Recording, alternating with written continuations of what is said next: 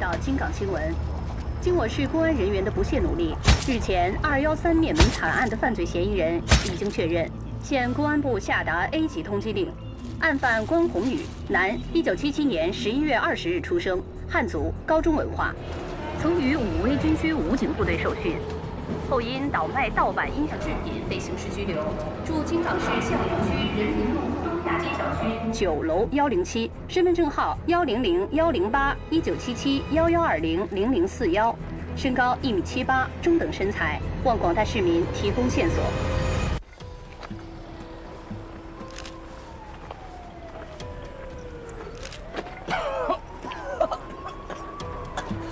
我靠，味儿够串的啊！全是石块，认真点儿，继续。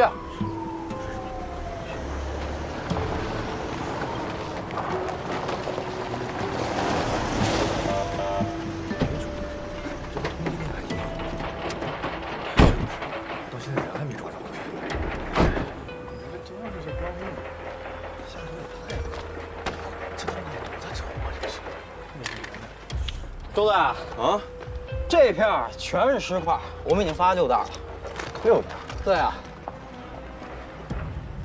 啊，对，这是新来的啊，叫那个叫什么？叫周出头。啊，哎，谁呀？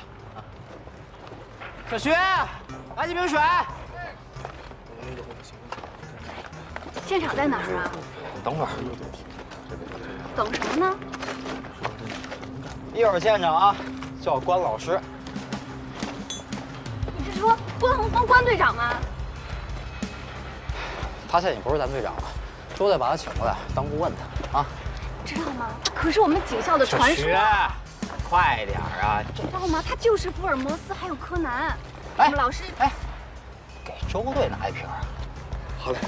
我们老师天天把他的案子当典型案例给我们讲。他现在就是那个华堂纵火案，你知道当日击凶，还有那个319大案也是3天告破。啊，这所有工作人员都一共100多人，100多人。对，具体的我得忘了。他报的。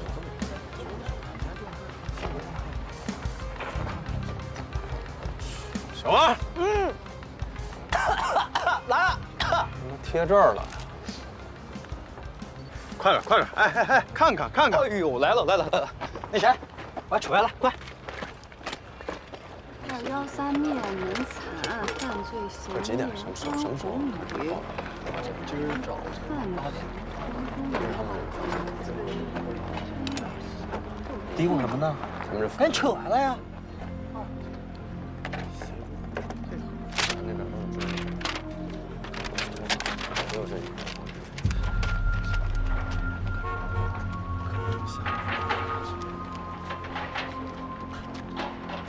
周队啊，来了。行嘞，好，那你们先忙啊，回头再聊。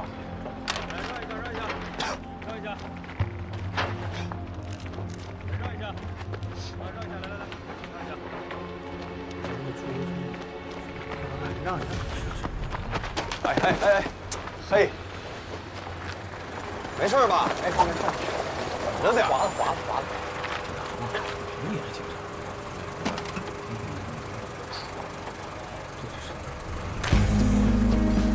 哎，这好像东西可是看像哎，一说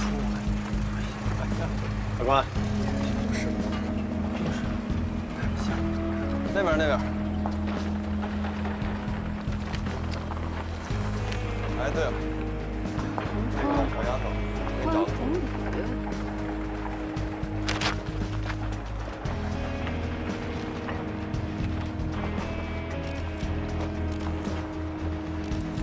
哎，哥，快！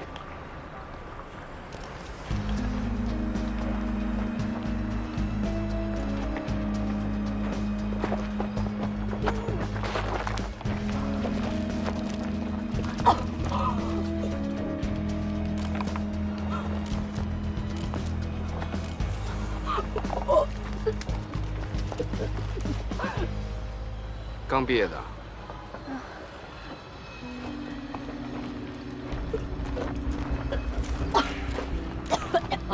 吐着习惯了啊。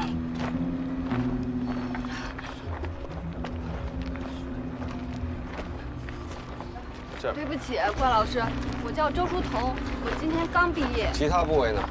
叫法医了。谁发现的？时间？早上8点多，民工发现的。有目击证人吗？没有。监控呢？没有。尸源呢？缺头和右臂，只知道是个男尸，但是身份不详。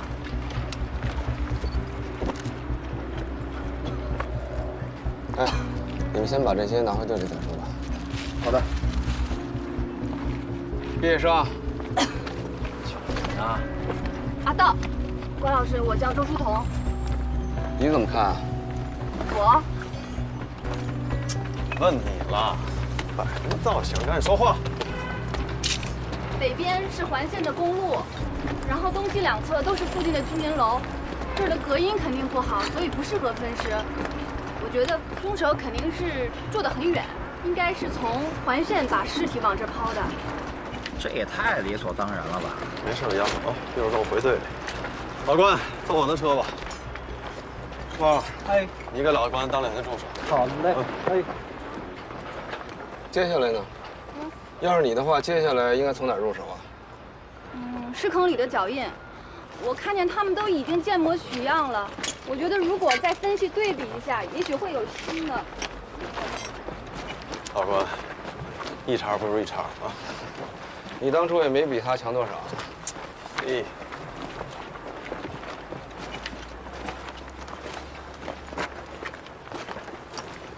小王，车钥匙给他吧。我？你先别尾。坑里的脚印，这大包小包的，如果能用扔的，谁还想坑啊？回队里再说吧。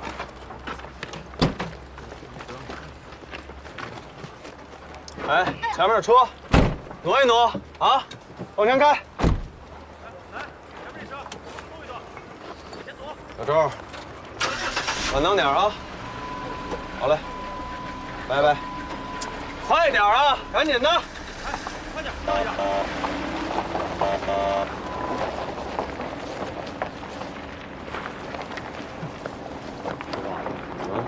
多赌100块钱的啊！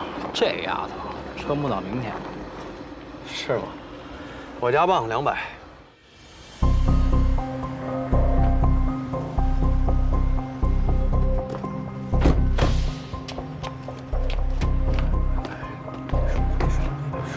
关队。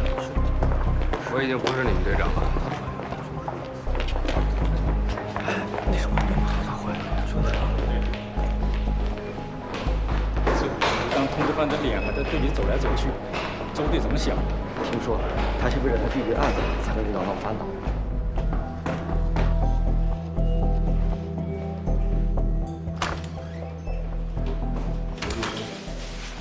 你们，小徐，这是我们原来的支队长。哦，您就是关队啊？我来帮你吧，快点。那小徐，你先出去吧。哦，好。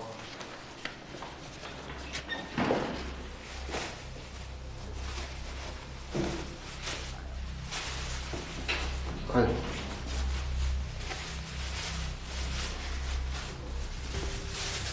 手续完整。骨盆部分生殖器被切除，部分内脏缺失。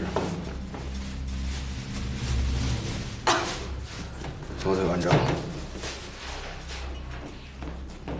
左右脚完整，右腿完整。这就是整个尸体的全貌，咱们开始吧。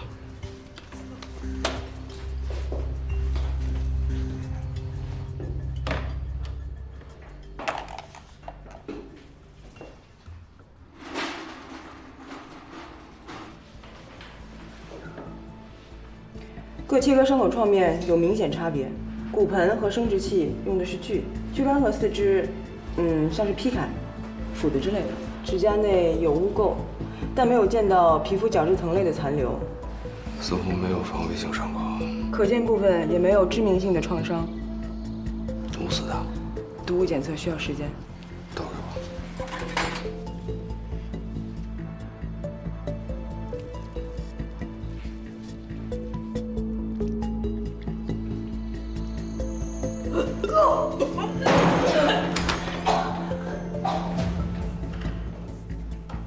带给你打杂的新人，能坚持到现在不错了。已经是第2次了。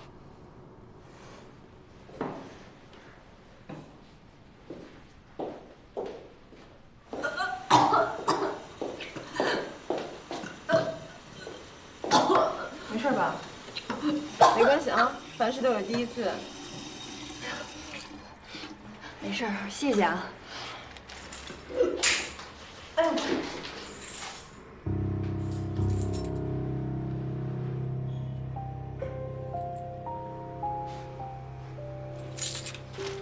不是你的郭老师。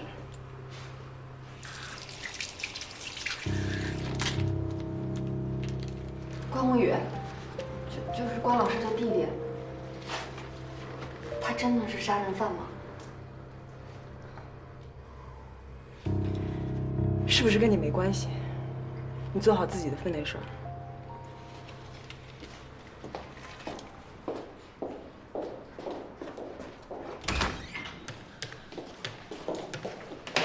尸块总重54.5公斤，大概是体重的60%。大概90多公斤啊。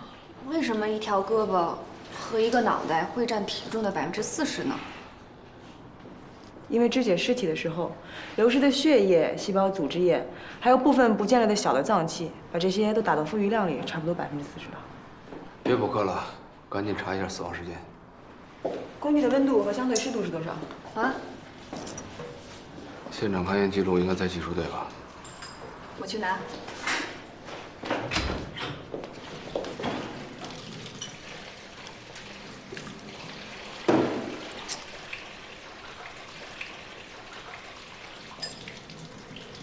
洪队，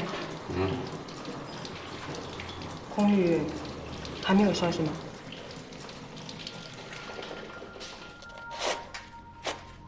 没有。怎么？举报还能有奖金啊？你真的相信是他干的吗？我信什么并不重要。你们是亲兄弟，你应该最了解他的。我必须尽快见到他，我有特别重要的事儿要告诉他。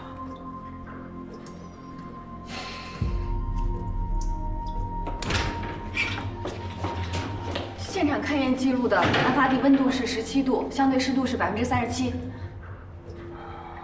那死亡时间超过24小时了。能再具体一点吗？尸体已经被肢解成这样了，肝脏和直肠的温度都不可靠，得做病理测试。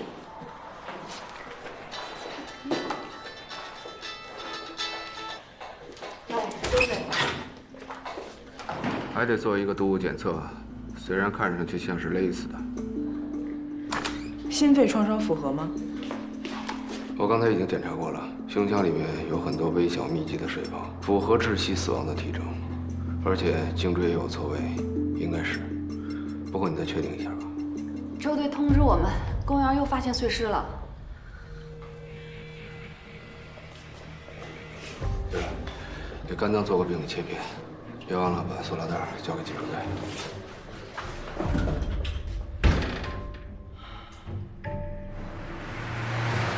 能不能再快点？我赶时间。这车太多了。停车，靠边停车。哦。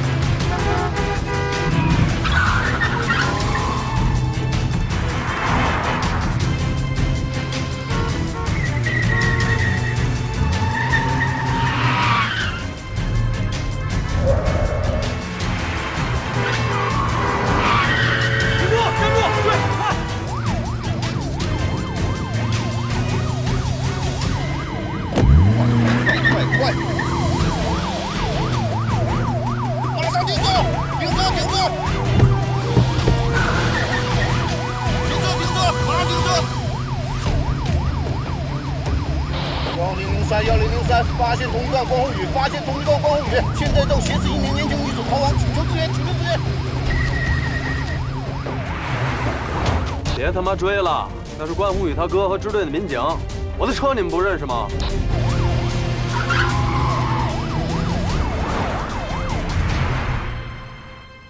峰哥，这儿。实在是不好意思啊，那帮都是新人，不懂规矩。谢谢啊。没事。怎么样？那，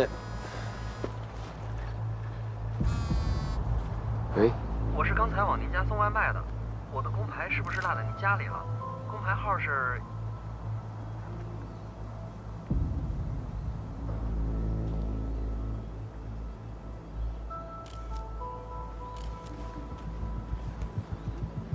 怎么？怀疑是我弟啊？自己看。说什么呢？啊，这一地碎尸，赶紧干正事儿啊！来，给。以后你弟这事儿别老疑神疑鬼的啊，说不定早就跑南方去，离开京港。他的案卷是不是在你手里？哎呦，这事儿就不劳你帮忙了啊。又是左手。对，又是左手。2个被害人都是左臂，会不会有什么寓意呢？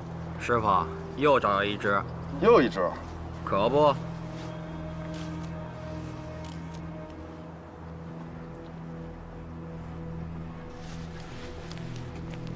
这2只左手。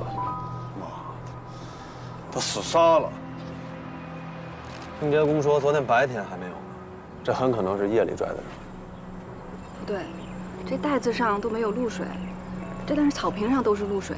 如果是昨天晚上抛尸的话，那这袋子上应该也有露水啊，应该是今天白天才抛尸的。把地图给我。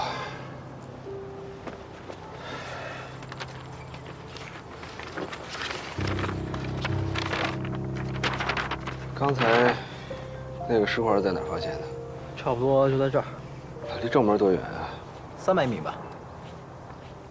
走，看一眼。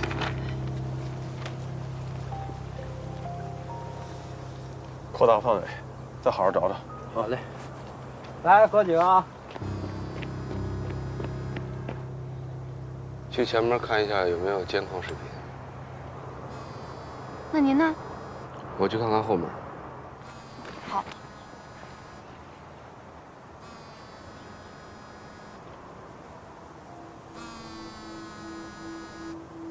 你好，我的工牌是不是落在您家里了？工牌号是17655。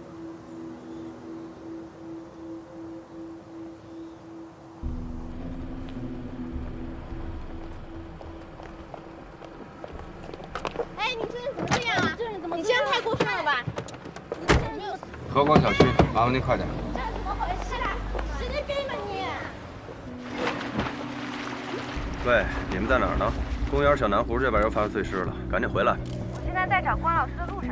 啊？你们俩不在一块儿？关老师让我去正门调监控来着，但是监控坏了。那个周什么什么，你给我听好了，你得寸步不离的跟着他，知道吗？让他永远在你的视线范围之内。可是什么？这是命令。你要随时随地的跟着他，每天向我汇报，他都干了什么，接了什么电话，见了什么人，包括跟你说了什么，一样都不能落，明白吗？哦，明白了。周队，这丫头行吗？关队可是老干家了，多复杂的套他可都能破啊。复杂的不行就来简单的呗。那从警校县提了一孩子，您觉得他就不防备？他刚离职几个月，警队有一半都是他的亲信啊，另一半都是傻瓜。要你怎么办？我觉得咱是不是想多了？没准他弟已经跑了，也说不定啊。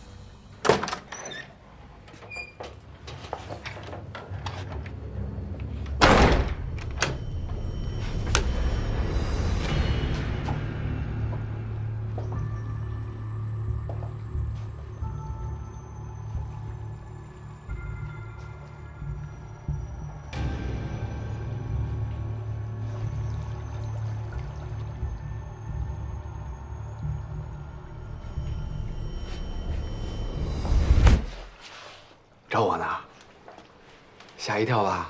哎，来，快来呀，别愣着，看我准备了什么。嘿，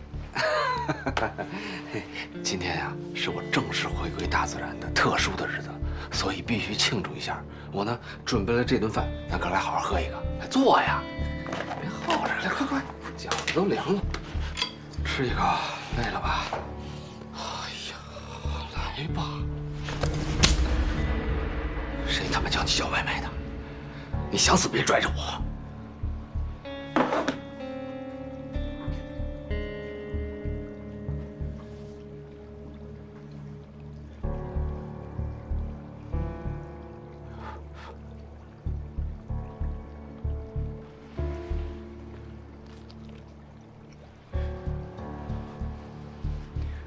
你知不知道，你一个不留神，咱俩所有的努力就都白费了，下半辈子都得在监狱里度过。这半年来，我活得不人不鬼的，跟在监狱里有什么区别？啊？不能说话，不能咳嗽，笑不能出声。我用水龙头不能开到最大，上个厕所不能用马桶水冲，我连他妈放个屁我自己都得控制音量。我一天到晚戴个白手套，我还像正常人吗？换你试试。你干脆把我给叫上去得了，反正待在监狱里比待在这儿舒服。打呀，往死里打，反正打我就跟打你一样。咱俩现在是撇不清了。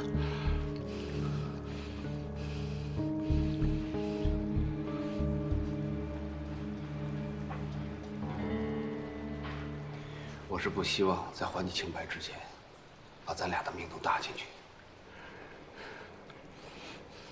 怎么着？后悔了是吗？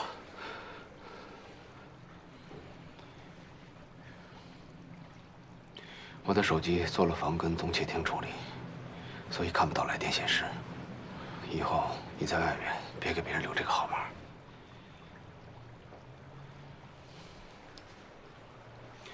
时间紧迫，你吃一口，赶紧准备吧。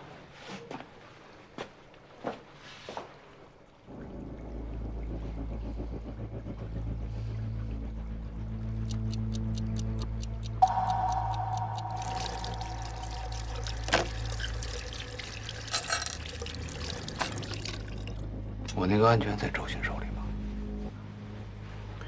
不确定。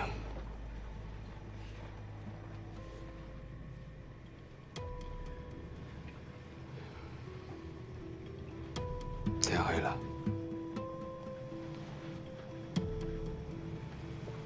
哥，你这个黑暗恐惧症得赶紧治。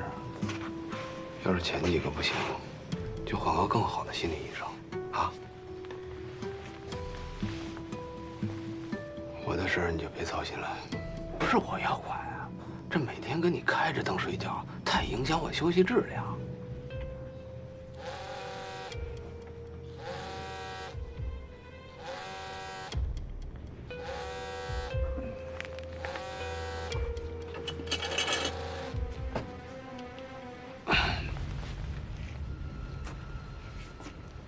喂，我是关洪峰。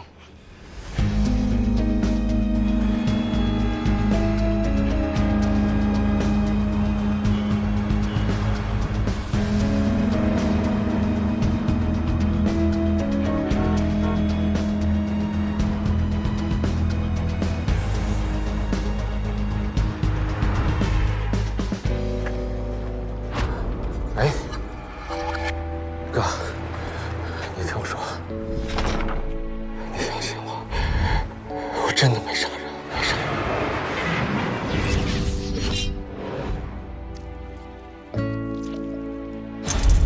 咱俩现在是撇不清了，往死里打，反正打我就跟打你一样。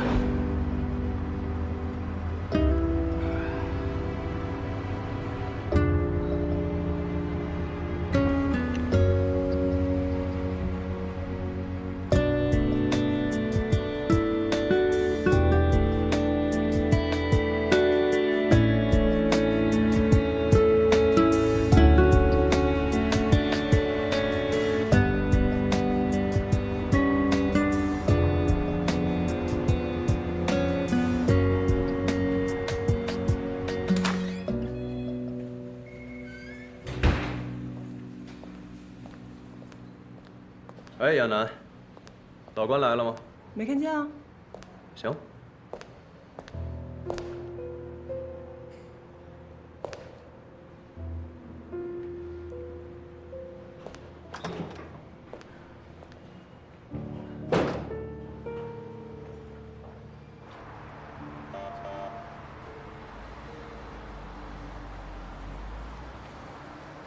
关队，关队。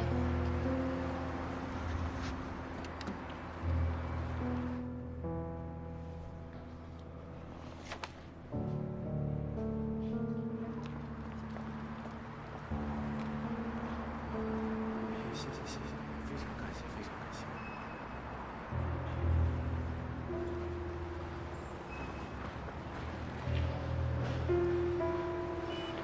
关队，关队。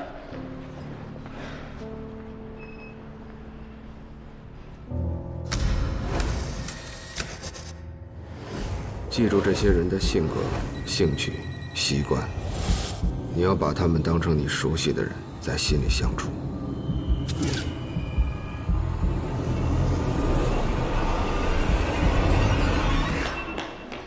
关老师，你终于到了，大家都在等您呢。这是今天新来的实习警察，叫周书彤，是周巡派来的助手，其实是来监视我的。不过这孩子刚毕业，只是完成领导的任务，不用太为难他。走吧。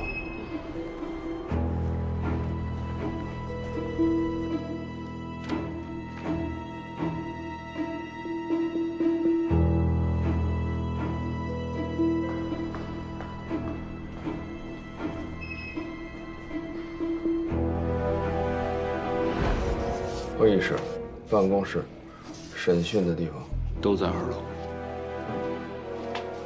停尸间、法医室都是地下室。我知道，我找亚楠的时候去过。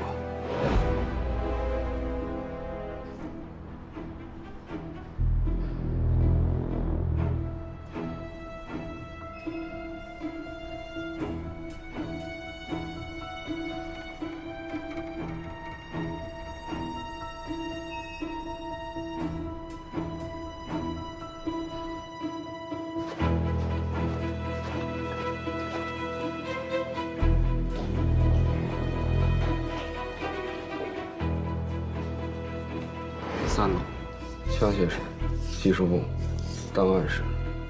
最关键的是周巡的办公室就在3楼。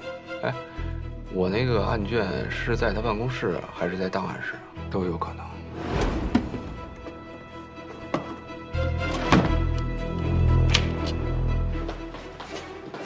来了。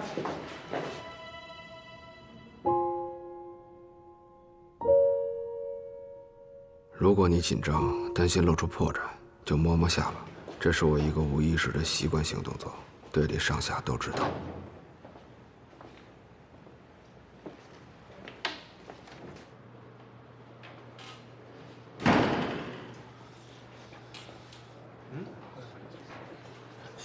关队来了。哎，关队，废话都不说了啊！今天现场勘验有很多新的发现。下面请关队给我们详细的分析一下。来，老关，周巡以前在我手下做事，对我特别的了解。这个人貌似大大咧咧，其实心思特别的缜密。我们现在所掌握的情况就是这些，大家还有什么问题吗？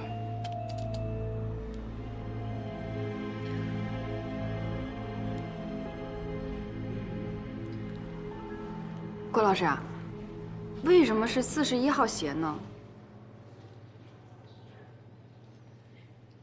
因为吧，工地上发现的第1起案件里，尸坑周围有几组脚印，其中一组穿41号鞋的，应当就是凶手的足迹。这几组脚印里，您是怎么知道哪组是凶手的呢？你记得我们在学习的时候分析过类似的案例，几个包裹，每个包裹都10几公斤。拿着这么沉的东西，凶手的脚印肯定要比其他人的更深。况且正常人走路都是前身后前，脚掌先着地，但抛尸的时候，重心自然转移到了脚跟的位置，所以尸坑边上留下凶手的脚印是前浅后深，以这个作为标准，就不难辨认出凶手的脚印。那凶手的身高，你也是通过足迹来推算出来的吗？是的，通过凶手步伐的间距，可以推算出他的身高。这起案件中，凶手足迹的步伐间距不足60公分，所以可以推算出这个凶手的身高在1.7米左右。还有关于凶手的惯用手是左手呢？凶手的足迹显示，抛尸的时候，他的支撑脚是左脚，而且从尸体切口的发力方向来看，他是左手持械。如果不出意外的话，凶手的左手就是惯用手。这些全是您从足迹上就能推算出来的。现场除了足迹，也没有别的线索。大师，有没有什么别的发现？公园取到的足迹和工地的那组是吻合的，跟公园不同，工地相对比较偏僻，不排除凶手一袋袋的把尸体给拎到那儿去，而且抛尸的时间有可能是在半夜。但公园人来人往，又是大白天抛尸，大包小包，左一趟右一趟，扎眼又不方便。而且从公园2个出入口来看，汽车是进不去的。我觉得凶手可能是骑乘自行车或者电动车进入。可这轮胎印儿不止一组啊！既然人负重，脚印会加深，车不也应该一样吗？嘿，你倒是现学现卖你。到底是什么样的车？能具体一点吗？16寸通用车胎的轨迹，自行车或电动车？我个人倾向于电动车。脚踏骑车的情况下，两脚会在脚蹬子上来回发力，尤其是在遇到上坡一类的情况下，发力的区别就越发明显。所以从部分路段对轮胎痕迹的取证来看，车辙印的深浅始终没有明显的变化，也就是说，看不出来脚踏车发力的痕迹，是电动车的可能性自然就更大。关老师，我还有一个问题。啊，你说。就算是凶手骑着电动车出入，可他拎着，或者是拿着那么多包东西，那不也挺扎眼的吗？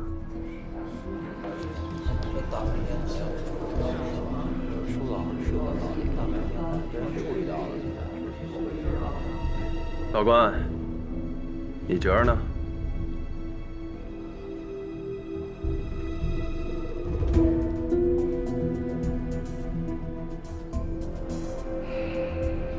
如果他们问出你回答不了的问题，哎呀，行了，哥，我跟你学了这么长时间，一直都是纸上谈兵，今天终于可以出去练练手了。再说我又不是3岁小孩子，你别老唠叨个没完，我肯定会随机应变。那你知道该怎么办吗？总之我肯定有办法，好吗？而且绝对不会是找借口上厕所那一类的笨招。要不大家先休息一下，我上个洗手间。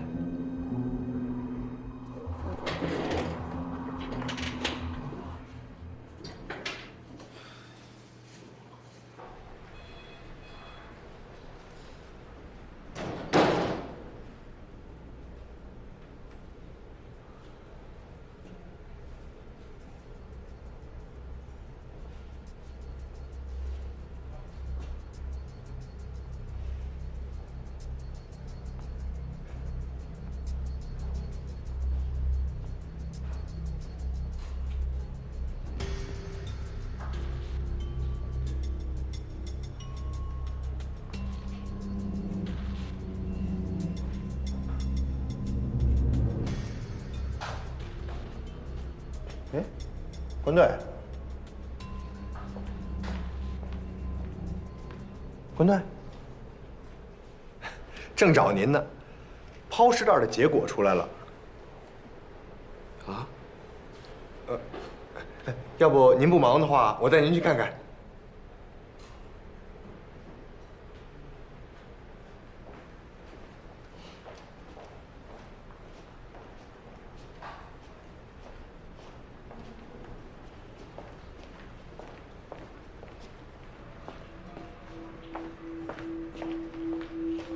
关队，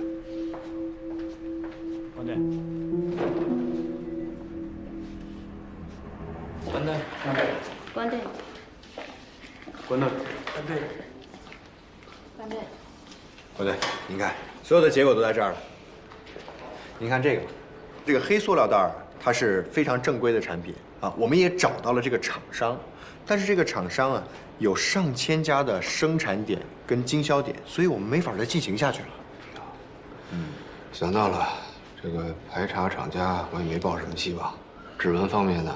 哦，指纹呢，我们确实查到了2组，但是我们最后在网上也进行了排查，没什么结果。看来这个凶手的底子还挺干净啊。没错，他确实是没有什么前科，也没有什么被通缉的记录。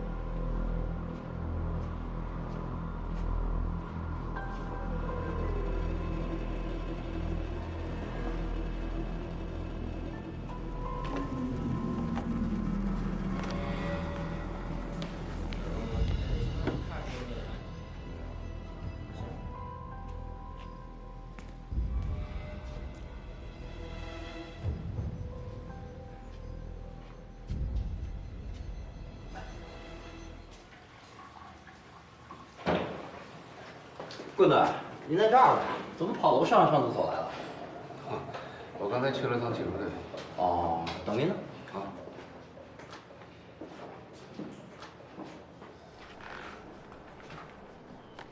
这么久，没事儿吧？啊？这小区垃圾桶又发现碎尸。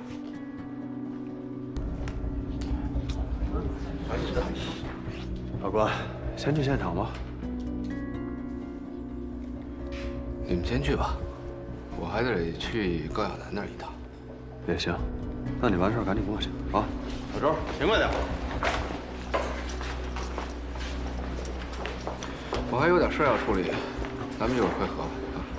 郭老师，还是一起吧，我给您打打下手也好啊，是吧？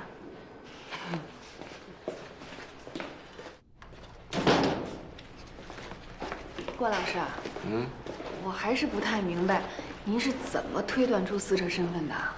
不告诉你。啊？开个玩笑。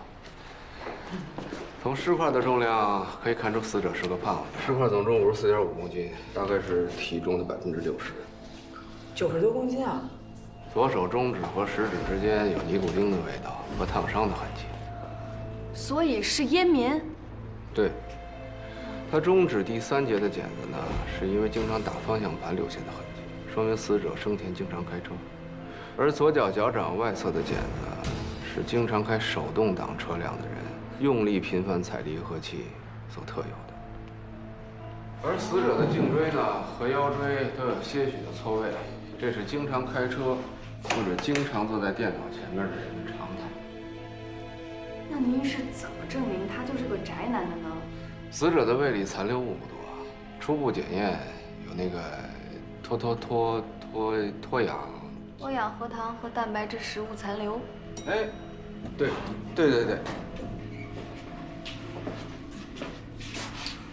而且啊，死者胃里呢有乙酸的气味，其实啊就是亚硝酸盐。而且病理解剖呢发现肝脏里有大量的亚硝酸盐。而亚硝酸盐常用于食物的防腐剂，所以说明死者生前食用了大量的方便食品。啊，这就交叉印证了他就是个宅男。还有猫呢？这你也记啊？啊，没错，死者身上有抓痕，伤痕的宽度大约是2.5厘米，说明是只家猫。伤痕呢略宽，但不规则，说明这只猫修剪过指甲，是只家猫而不是野猫。一个连吃都不太在意的人能给猫修指甲，说明他很喜欢猫。那也许是他家人给修的呢。大小姐，他要是跟家人一块过，能一天到晚吃罐头方便面吗？铁定是个自己住的宅男啊！而且到现在了，咱们也没接到什么失踪报案，对吧？哎，我说你没按电梯啊？嘿，这就是公园的碎尸，一男一女，两者的死亡时间不确定，但是很接近，很有可能是一同被杀的。他们是夫妻吗？目前还不确定。你怎么了？脸色不太好。没事，你接着说。从男尸的病理解剖来看，28岁上下，女的从骨龄推测大概是22、23岁左右。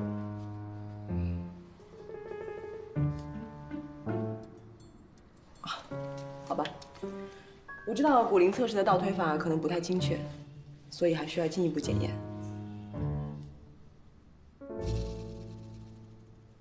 小周，给关队倒杯水。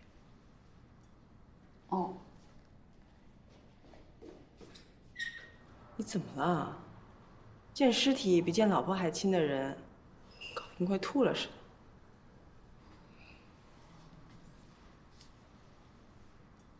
的。呀，最近可能有点累吧，就是累了。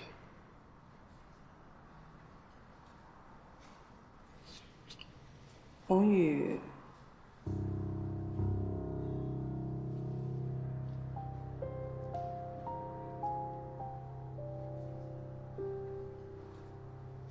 龚宇真的没跟你联系过？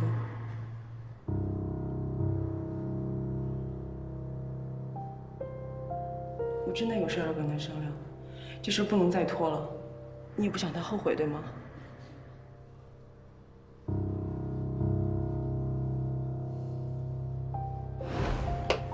我理解你的感受，但无论如何都尽量离高亚楠远一点。能不接触就不接触，能不说话就不说话。你觉得他会发现我们的破绽吗？咱妈不需要任何破绽就可以区分你我，这是一样的道理。当初你们俩太亲近了，亲近人之间总会发现异常的。我相信他，他不会出卖我，不管怎么着都不能冒这个险。他相信我是清白的吗？我总觉得你见过他，你身上有他的味道。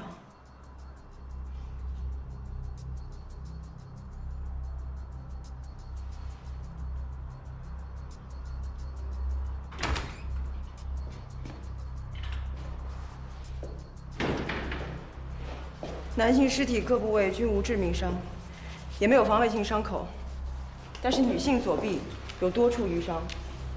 那指甲里呢？指甲里有带有血迹的新鲜的皮肤角质层，很有可能在反抗过程中抓伤了凶手。而且被劈砍的伤口和其他尸块的切口不同。过来看。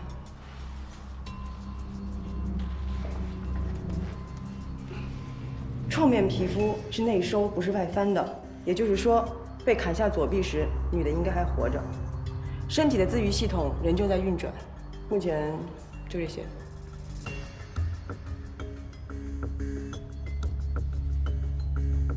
看我干什么？哎，知道你老大为什么晚上不开工了吗？因为一入夜，大脑就不转了。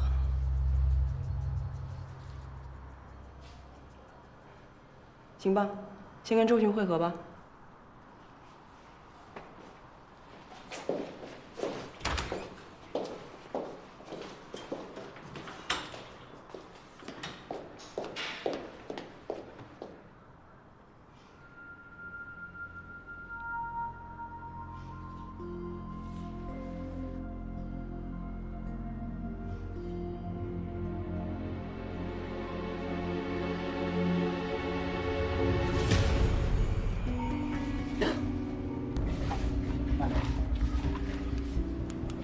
这事儿大发了，这么多袋儿。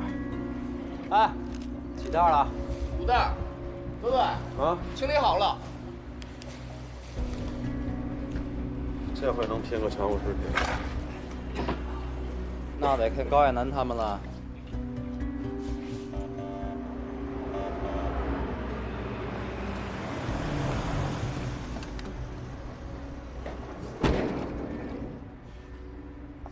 来来，辛苦了啊！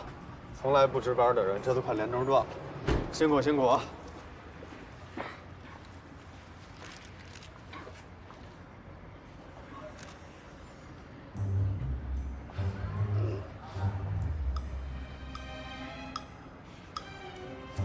哦，那个，对了，那个小王他们那个都问过了，没有目击者。对面是什么呀？这么长？哦，对面是家迪厅。告诉你们个好消息，没有发现新的被害人，跟公园的2具尸体能拼成2个人。关队，关队，请吧。来。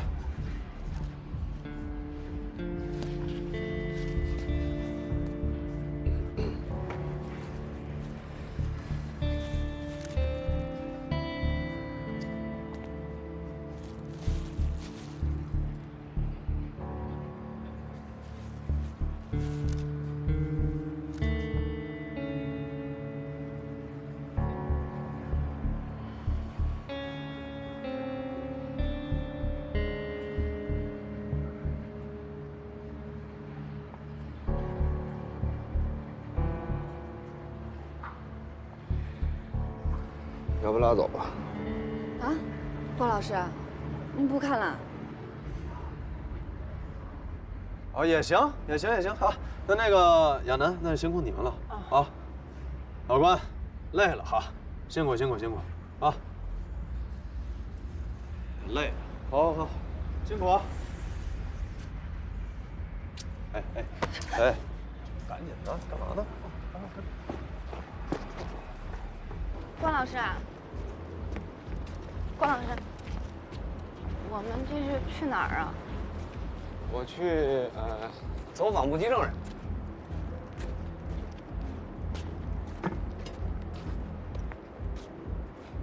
你也要去啊？哎，我跟你说啊，我去那地儿可乱，什么人都有，你想清楚了。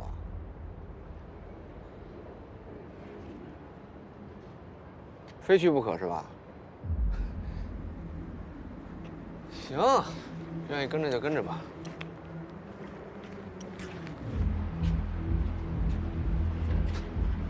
关老师，关老师，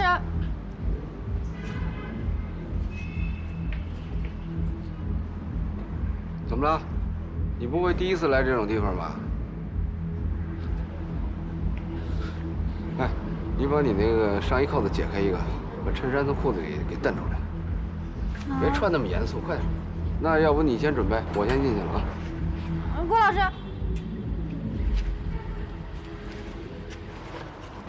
这不就得了吗？那什么，外套脱下来，你拿在手里，包快点，太土了。包拿着。行，我先跟你说啊，让拐走我不负责。关老师，怎么查？啊？不是，我说怎么查？这听不清楚啊！你说什么呢？哎，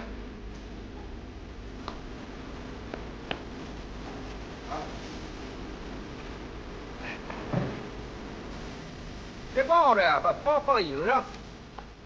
你好，需要点什么？哦，给这位女士来一杯长岛冰茶，我要1大杯格兰菲迪。好嘞。关老师，我喝不了酒。行了，你听我说啊，你不是要跟我学东西吗？我告诉你啊，第一件事就是到什么地方做什么事情，明白吗？啊？大叔，长这么大，跳舞呗？走呢，赶紧呢。那就跳吧。走着。走。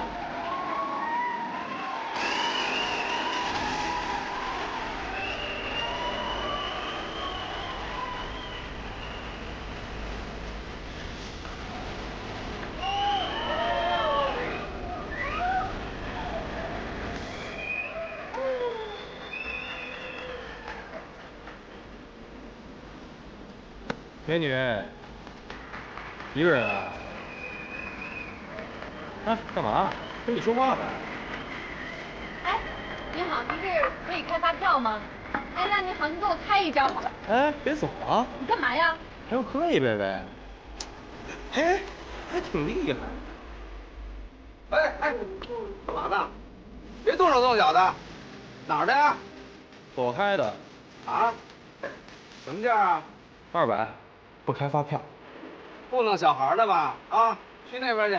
滚！让你滚，听见没有？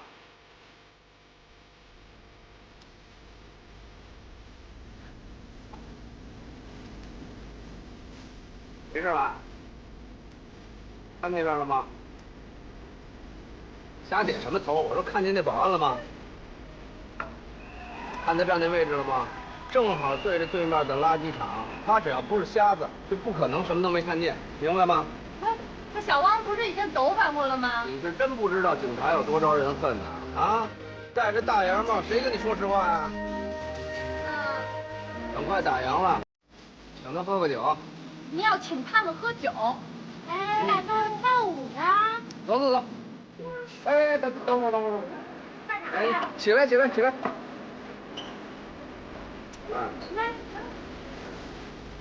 哎，放松点啊，别穿得这么古板。关老师，请那保安喝2杯去。快点，大叔。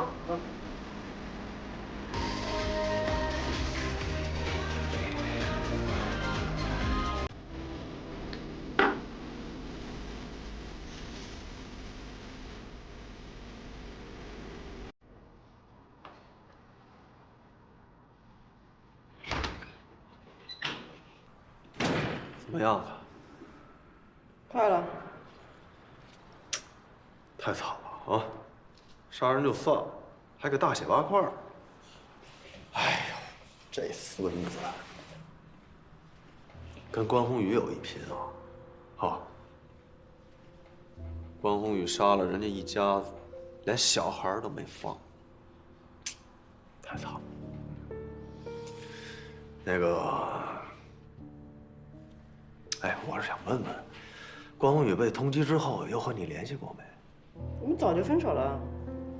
你看你呀，哎呀，我这不例行公事的问问吗？这是你第8000次找我例行公事了，周队。这真假的，太夸张了。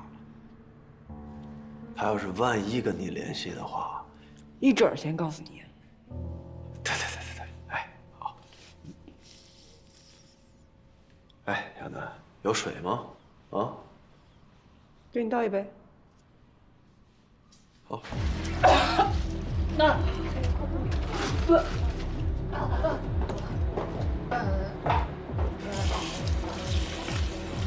完了吗？行不行啊你啊？血量怎么这么差？让你指定插一下嘴，不大一点。不能喝你还逞什么人呢？来，哎呀，不太好，不好。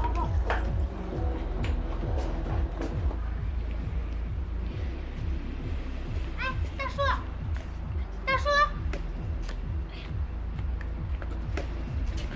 他喝多了。哎呦，谢谢啊！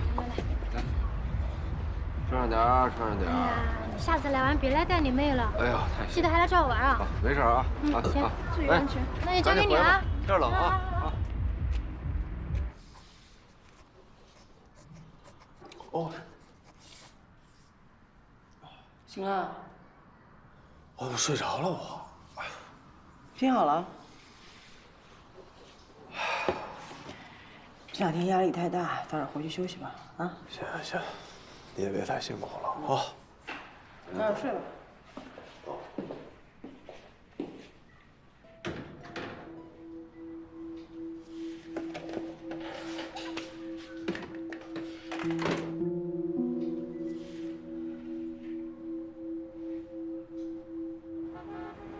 郭老师，他怎么着呀？那个保安啊，真看见了。看见什么了？不是的，是一个戴着摩托车头盔的男的，然后穿着一个橘色的，不对，红色的。几点钟啊？9点。保安说了，哎，反正他那个摩托车头盔是红色的。你是说，一个穿着艳色服装的摩托车手？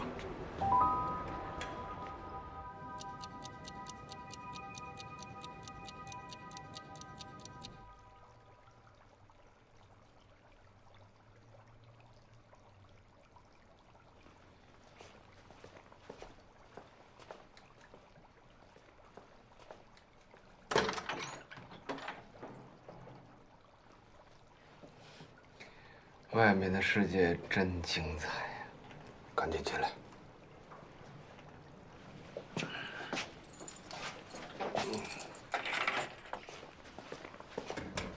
怎么样？没戏。我连周巡的办公室都没进去，就别提档案室了。要不你去试试啊？你喝酒了？啊？我跟你说过多少次了，你现在的命不属于你自己。别急呀，我不是去破案了吗？你以为你跟周迅喝2杯酒，他就能帮你翻案了吗？又发生了一起碎尸案，在哪儿？一个迪厅对面的垃圾场。你说好容易跟亚楠见一面。还让这姐们拉着我去了趟太平间，给我恶心坏了。哎呀，我去！太平间，那是法医实验室。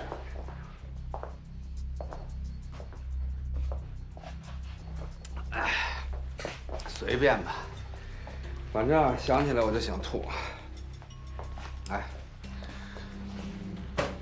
别跟我说那些没用的，跟我说一下垃圾场的情况。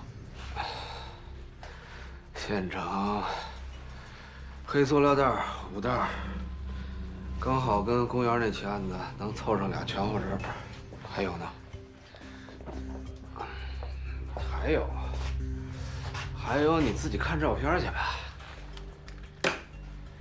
现场的痕迹是第一线索，比什么照片记录都管用。现场黑漆麻乌的，我什么都看不清楚。再说了，就那味儿，辣眼睛。你现在什么细节都不跟我说，等一会儿我见了他们，跟他们说什么呀？别急呀，我不是给你找了一目击证人吗？谁呀？就是那个迪厅的小保安。保安？就一保安，你跟他喝2杯，他就跟你说了？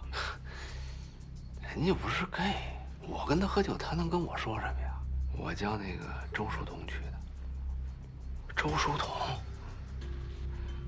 你让一喝了酒的傻老爷们儿跟一个女孩说这些，你知道里边有多少编造的成分吗？你知不知道你这么做给我破案带来多大的麻烦？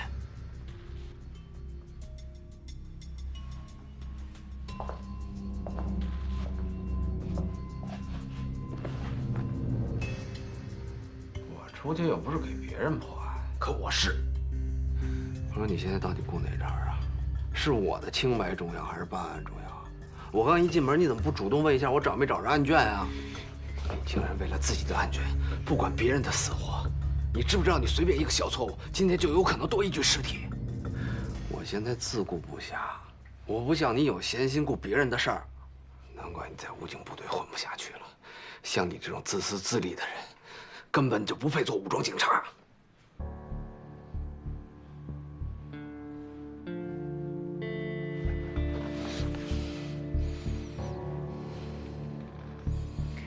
我就知道，到我从部队你就看不上我，你压根就不相信我是清白的，对不对？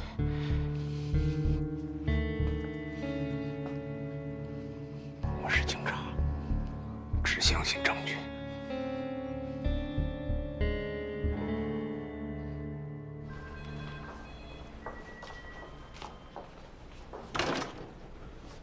都他妈真是啊！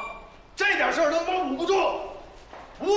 凌晨5点，顾杰给我打电话，说咱们现场照片他妈上微博了，知道吗？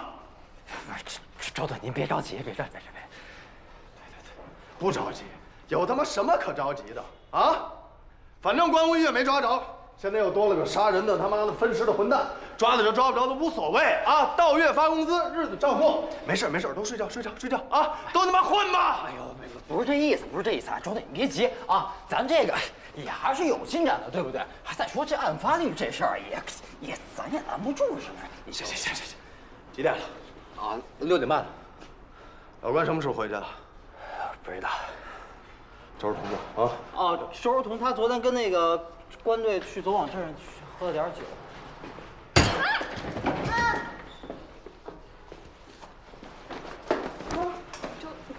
周队，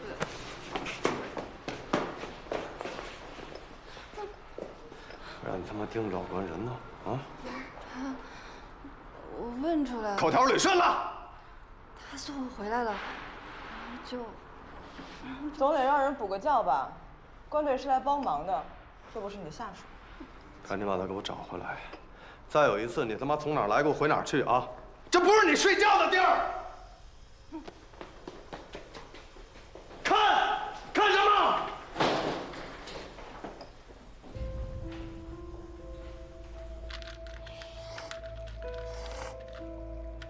这半年来，你一直让我努力学习，教我怎么破案。为了我的清白，你连工作都不要。其实，咱俩这么白天黑夜的倒，你挺冒险的，我心里都清楚。就是我这半年来也没什么长进。以我对周巡的了解，他肯定把你的案卷藏得死死的。他现在请我出来帮他破案，就是想盯死我，抓住你。这叫扮猪吃老虎。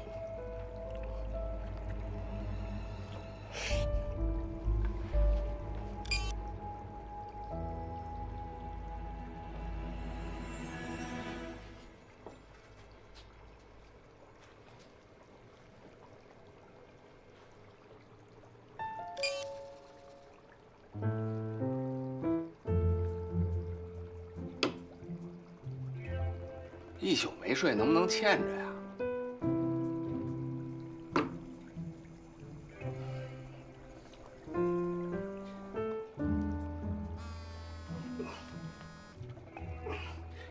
喂，老关，这回我是真有点顶不住了，这网上可都传开了。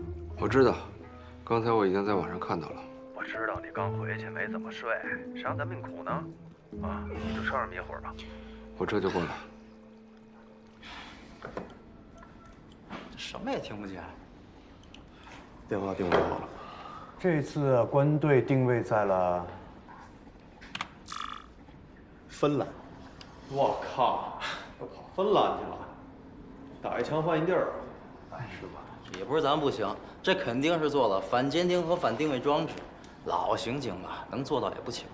能做到是没什么奇怪的，问题是他为什么要这么做？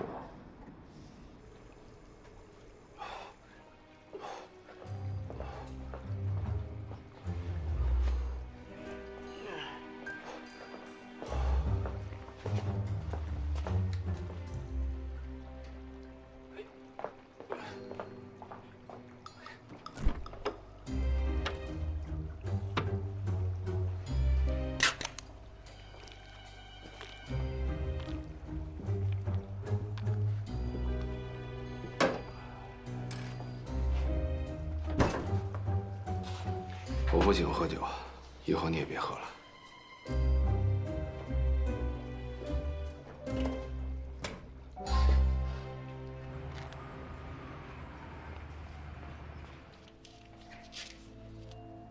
是不是压力太大了？还开始喝酒了呢。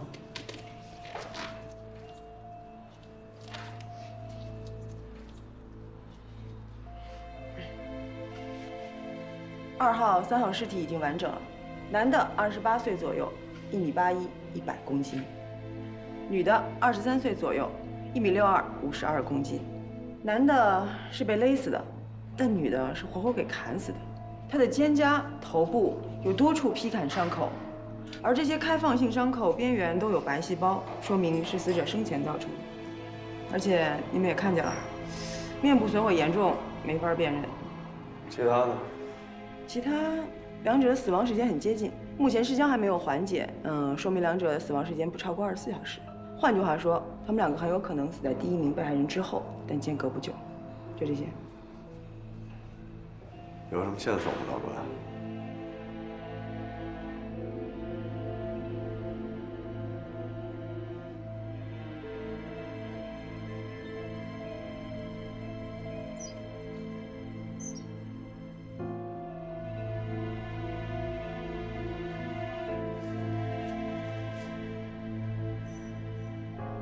怎么着？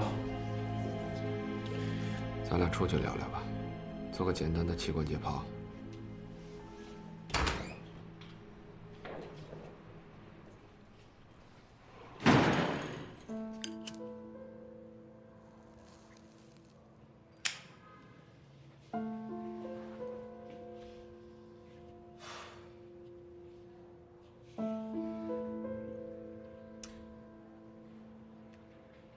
你这也算是对老搭档落井下石了。我以为你骨子里还是那个有正义感的好刑警。我也以为你还是原来那个好兄弟。行，开个条件吧。我要看我弟弟那个案子的案卷，所有的现场勘验记录、监控录像、尸检报告，跟这个案子有关的一切我都要看。把这些都透露给你。这雷我可背不动。我不强求啊，不过你要想清楚，有些雷远在天边，有些雷近在几个小时。如果一会儿再出现新的事块，我看你怎么办。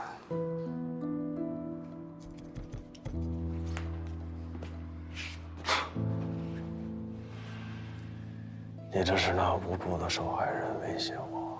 我这是拿拯救无辜受害人的生命换取我弟弟的清白。你怎么知道关宏宇是清白的？所有的案件上就我自有判断。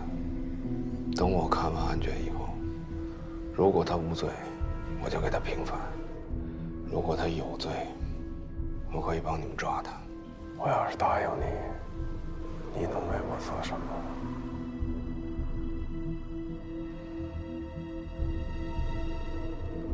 ？24小时，抓着凶手。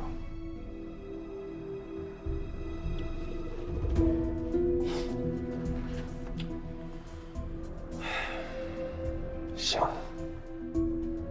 我答应你。可他那约法3章，要是有1条你做不到，今儿这谈话就算是没发生过。行，你说吧。第一，你只能在我办公室里看诊，不许拍照，不许复印，不许对任何人谈及案件的内容。第二，看完卷之后要把你的推断告诉我。第三，不只是这个案子，以后我手头上有任何破不了的案子，你必须随传随到，没有正式编制，没有工资，也没有警察的职权，你只能作为顾问来协助破案。成，但我也要约法3章。说，第一，你不是已经派了一个丫头片子成天盯着我吗？其他的警力就别浪费时间了。第二，知道我为什么搬家吗？以后别再在我家门口装摄像头，还有派那几个人，整天拿着望远镜往我家里看，搞得我都不敢拉开窗帘。第三，手机的监听定位也都免了吧。作为人民群众，我也得有点自己的隐私。行，那让那些铁锤镰刀都卸了啊！再说了，这些玩意儿在你那儿不就形同虚设吗？我这也是例行公事。那就算说好了。君子一言，驷马难追。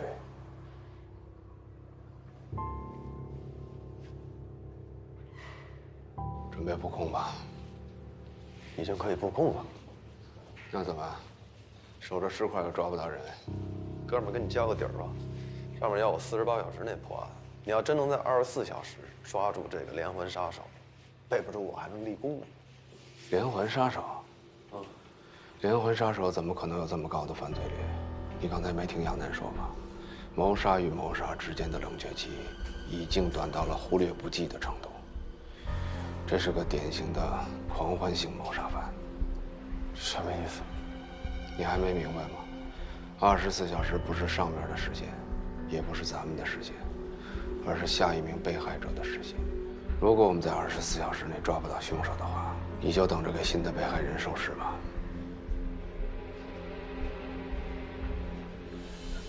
兄弟们，目前这个抛尸案形势很严峻啊。咱们的官队虽然人在对外，但是他的心……目前有3名死者，除了已知的第1名死者以外，还有昨晚那对男女。要不你上去说？虽然我们没有时间通过市局技术队做 DNA 比对，但不出意外的话，第2名被害人和第3名被害人应该是兄妹，2人共同居住。其中男性单身无业，通过他的右手手掌外侧的轻微变形来看，他应该是长时间沉迷于上网或者网络游戏一类的事情，不经常出门。这一点和第1名被害人比较相似。从耳廓侧特征和下颌骨之间的相似度来看，女性被害人和男性被害人应该属于亲属，很可能是兄妹。女性死者右手掌心有茧子，很可能是长期乘坐公共汽车或者地铁。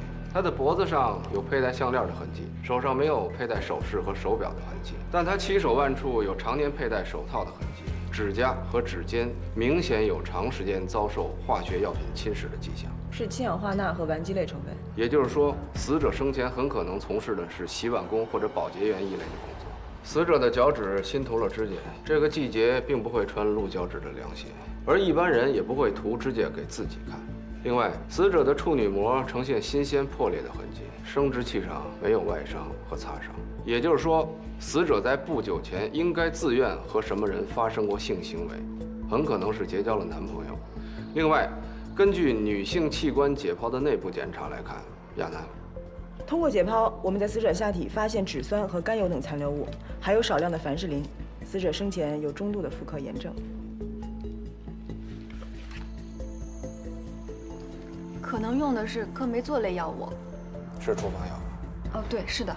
好，从现在开始，我们要找的是一名从事保洁类工作的23岁女性，身高1.62米，体重52公斤，和年长自己5岁的哥哥同住，很可能新近结交了男朋友，所以不可能没人发现她的失踪，除非凶手就是她的男友。她应该是在不超过1个月的时间内曾经去医院做过妇科检查，而且根据处方开了克梅唑类的药物。为什么是不到1个月内呢？ 因为处女膜的破裂伤口创面还没有完全愈合成型，而用药则是在处女膜破裂之后。说白了，死者很有可能在不够清洁的条件下首次发生了性行为，而处女膜破裂之后感染加重了炎症，所以才就医诊治用药的。小王，你去市局让他们帮忙协调一下药监局和卫生局，查一查全市这个克敏唑类药物的销售记录和处方。得嘞。小刘、小李。 抛尸地半径5公里内所有的保洁公司和没有到岗上班的相关女性，你们带人给我一一排查。好，小赵，你去附近的派出所去调取最近2天这个人口失踪的报案。可失踪报案都在48小时后才受理，所以很可能还没有正式立案。那就一家一家的找，啊，联系一下报警中心，看看有没有类似的报案。是。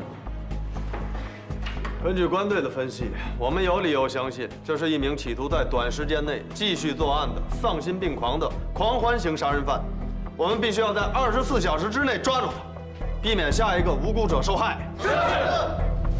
小王，你去市局让他们帮忙协调一下药监局和卫生局，查一查全市这个克敏唑类药物的销售记录和处方。得嘞。小刘、小李。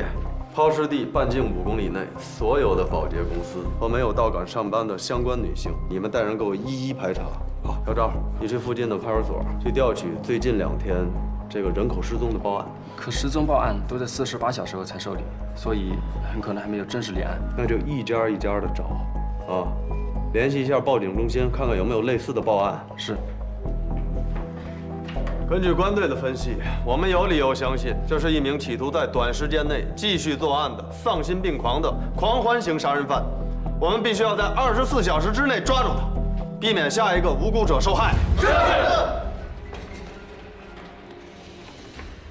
法官，你看这下一步，我可能还要去昨天晚上的现场看一下。哎，老关。 不是已经锁定被害人的范围了吗？你还去？不是为那名女性被害人，关键不在她，关键在于第1名被害人。第1名被害人？对，她的头部和右臂不是一直没有找到吗？如果不是我们还没有发现尸块的话，我觉得她的头部和右臂上应该有能证明死者身份的东西。既然凶手这么苦心的隐藏，说明他们之间可能有某些关联。 这也符合连续作案的暴力性犯罪。这怎么讲？连续作案的暴力性罪犯，一般第1次作案都会以自己身边某个对象为目标。如果我们查出死者的身份，顺藤摸瓜也就不难了。哎，法官，又怎么了？想个助手吧，谁都行。我没别的意思啊，毕竟你现在不是咱们队的正式编制，那总得有人策应你的安全，是不是？再说了。 万一到行使职权的时候，那还有个能量正点的好啊！好像我也没得选。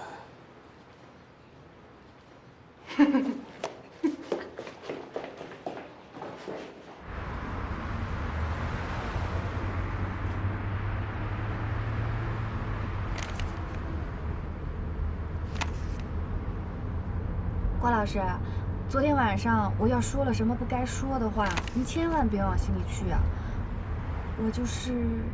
没事儿，应该道歉的人是我。不，都是我初来乍到，我应该给您道歉，给您添了那么多麻烦。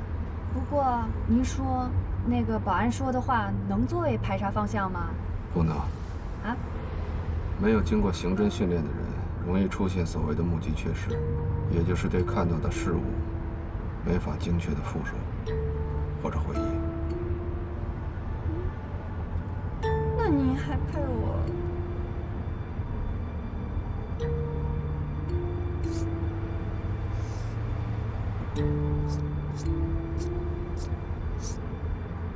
您在找什么呢？心理安全区。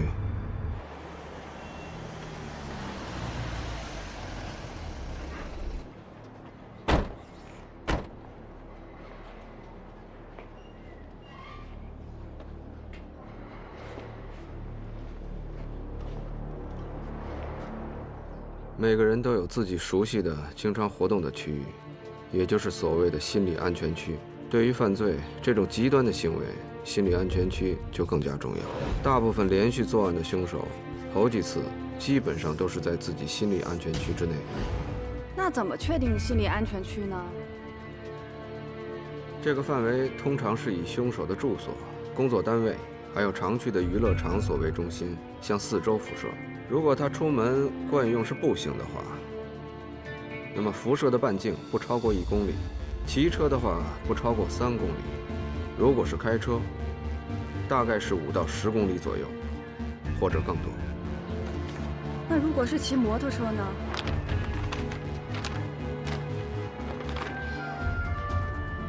不管骑的什么，确实有点反常。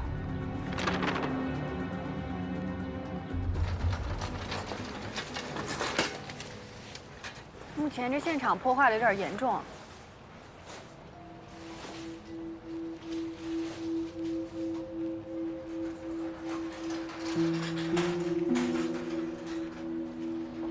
这儿有几个出入口？4个，哪个离这儿都不近。有一个是直通地下车库的出入口，另外3个都是可供行人、自行车还有摩托车进出的。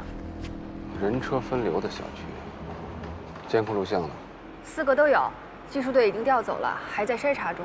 目前没有发现和保安目击的相似人员。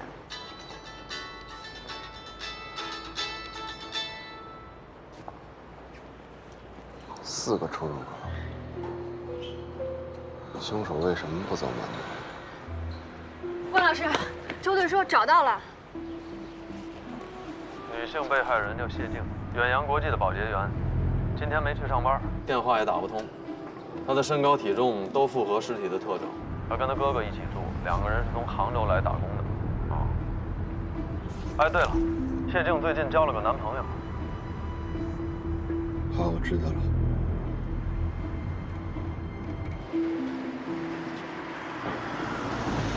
来了，法官，进一步核查了吗？市局的核查报告，谢静2周前去妇幼保健医院去看过病，医生给她开了3种妇科药，其中就有这个克梅唑栓剂，不出意外的话，应该就是她。还有就是小区物业说啊，说这个谢静他哥哥呢平时足不出户，长得是又肥又胖啊，好像是他妹妹养的。怎么还不进去？房子还没送钥匙呢。不等了，破门进。先别急，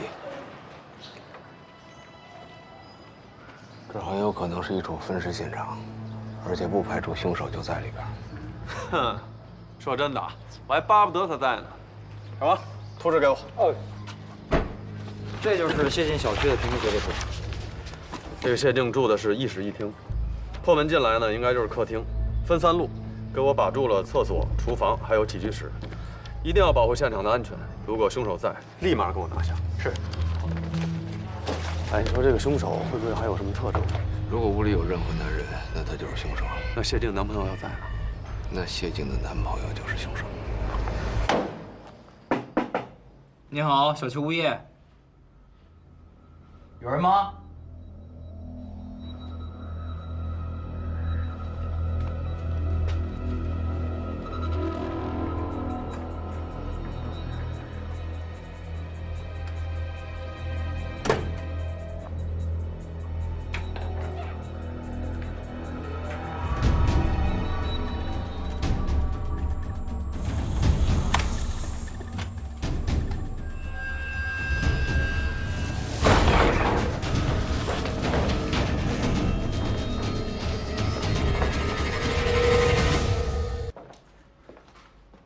地儿找对了，但是人不在。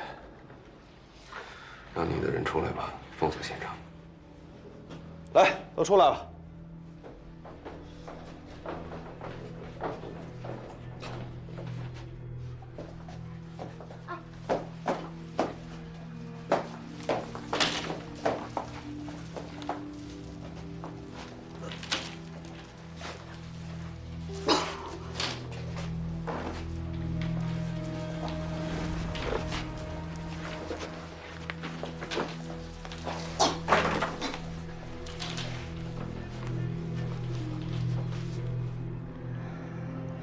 跟第一抛尸现场足迹相同。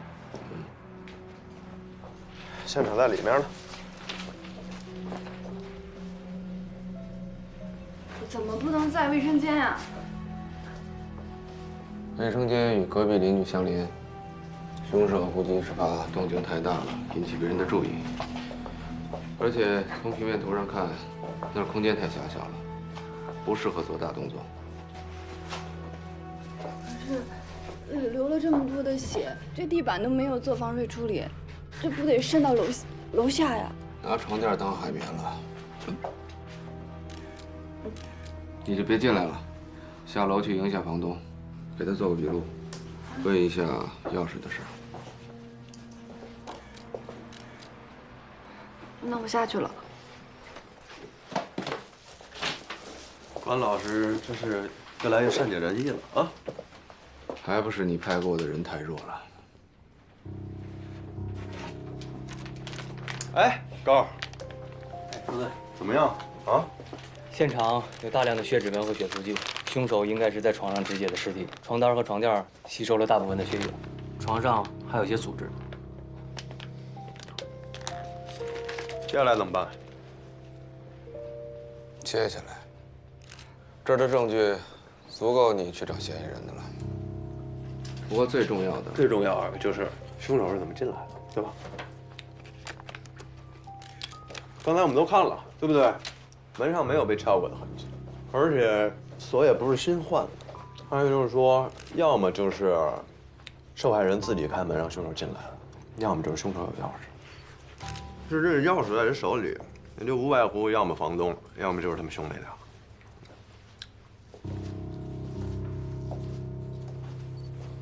谢静的男朋友？不可能，这钥匙一共2把，一把在我这儿，一把在谢静和他哥那。可谢静万一私自找人配了几把呢？那我怎么知道？赶紧说说我这房子怎么啦？我劝您还是别上去的好。那我修房门的钱你们谁给我报销？总不能就这么给我把门砸了，算我倒霉吧？不是，您放心，我们肯定。那个保安啊，真看见了。看见什么了？不知道。一个穿着艳色服装的摩托车手。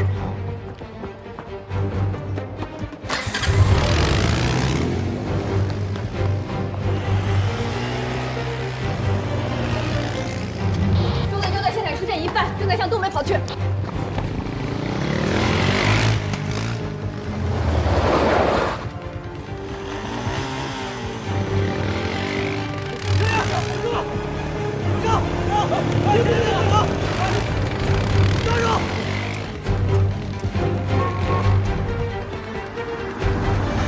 前面什么特征？红白相间的皮衣，红黑色的头盔，然后黑色的摩托车。哎，救队！救队！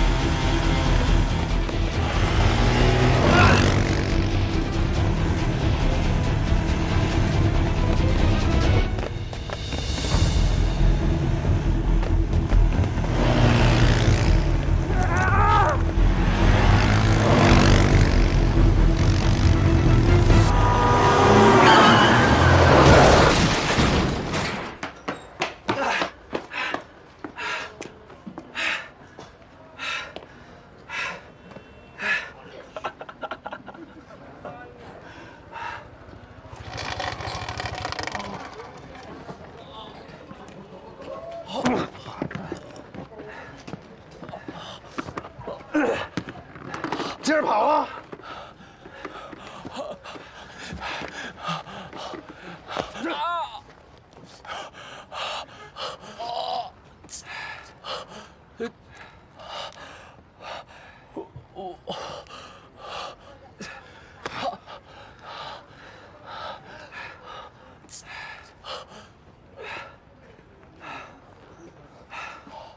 喂，老关，我在永宁街东北口截获了嫌犯，啊，赶紧叫人来清理现场。对，终于知道他妈谢静长得什么样。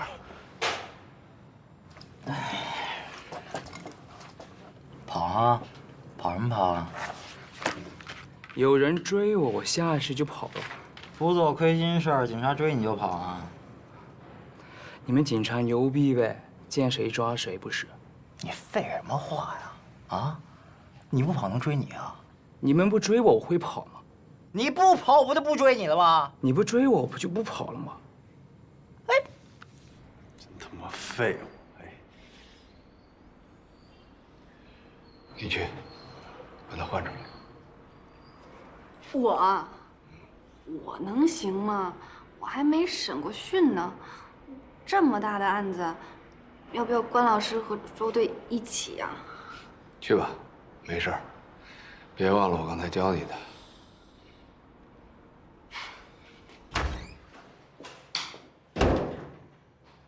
老关，你真放心这丫头片子？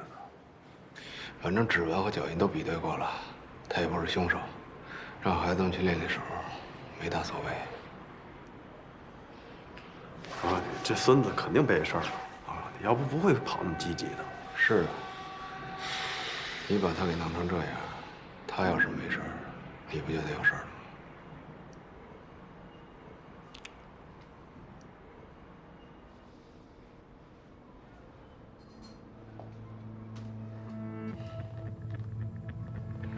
姓名、 5号，年龄、 25，家住哪儿？丽景家园。家里几口人？我和父母一起住。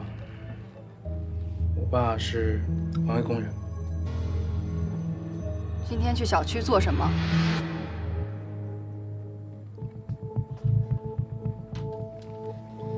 去找一个朋友玩。哪个朋友？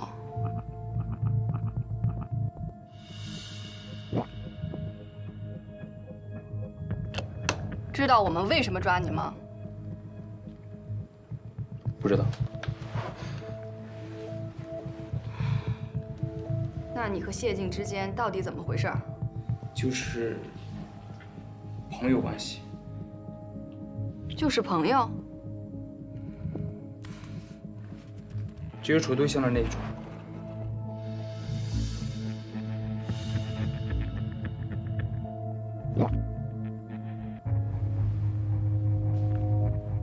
那你还不知道我们为什么抓你？谢静都和你说了什么？还真不是他杀的。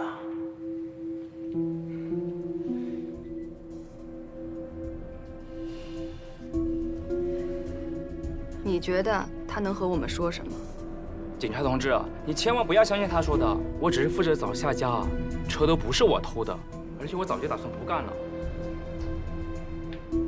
成了，看来是个盗窃销赃的团伙，你这处分算是躲过去了。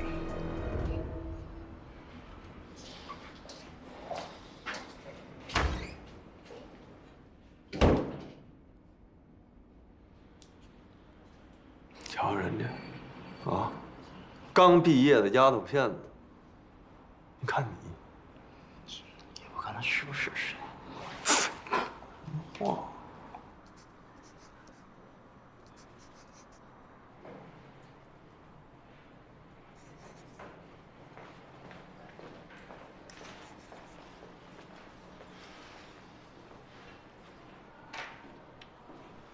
这个谢静啊，发现她男朋友是摩托车盗窃团伙的，所以就威胁她，然后如果再干，不但分手，而且还会报警。这小子给谢静打电话，找不着人，着急了，来到他家楼下，发现有警察，他以为谢静报了警，这才跑的。所以这线索又断了。哎呀，天哪！哎，还有10几个小时，我他妈上哪儿找凶手去？难道说？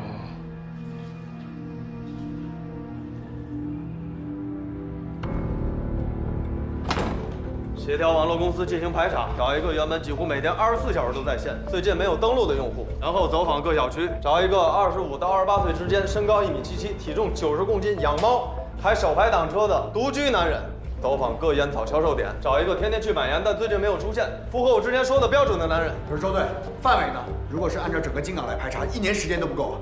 范围以破石地为中心，半径2公里内进行搜索，如果没有发现的话，就再扩大搜索范围，4公里、6公里、8公里，还他妈愣着？是！告诉你们，都给我打起精神来！还有10几个小时，谁也不许请假，不许吃饭，不许睡觉，拉屎撒尿也不许。在没有找到第一被害人的住所之前，都他妈给我连轴转！快递是经理啊，有是吧？多吗？咱们那个随便看。可以。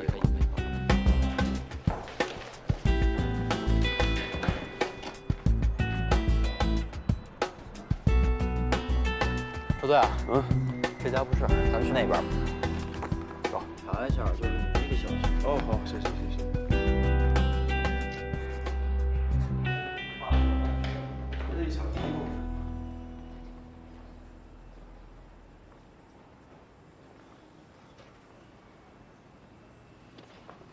王老师，这都拆成这样了，我们还能找到什么呀？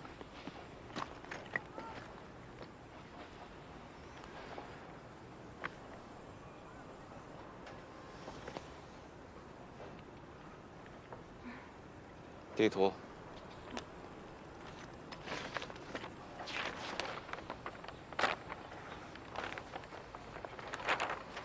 知道为什么让你放弃一线的行政工作吗？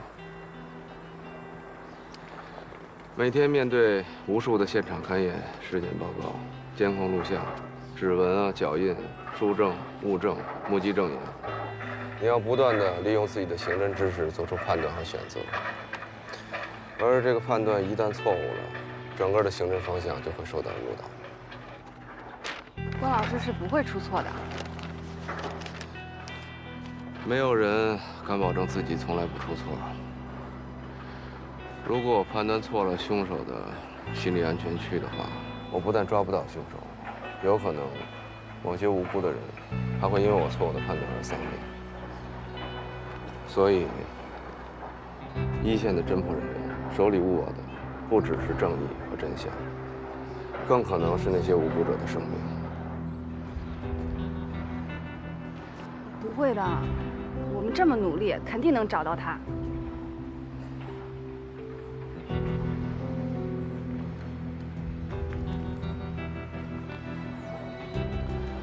这世界不总是善恶有报的，做刑警的日子越长，破不了的悬案就越多。 以后你慢慢就知道了。关老师，你也有破不了的案子吗？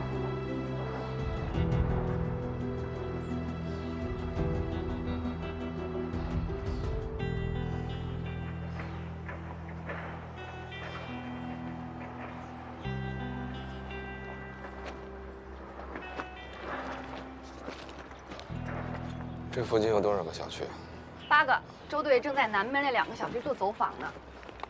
8个，他为什么会在这个地方抛尸呢？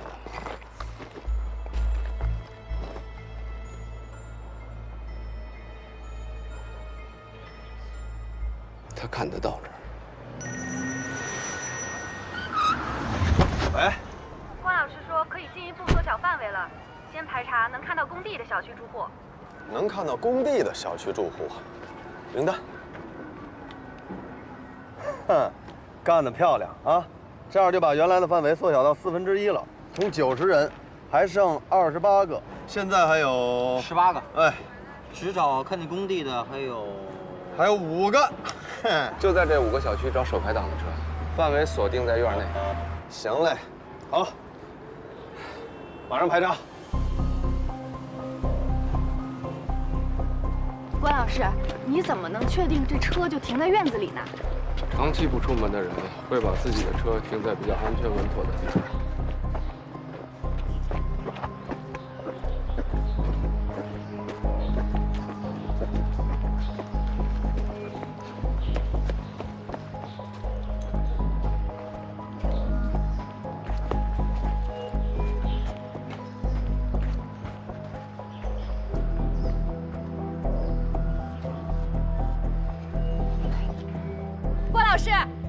关老师，那有一辆手排档的车。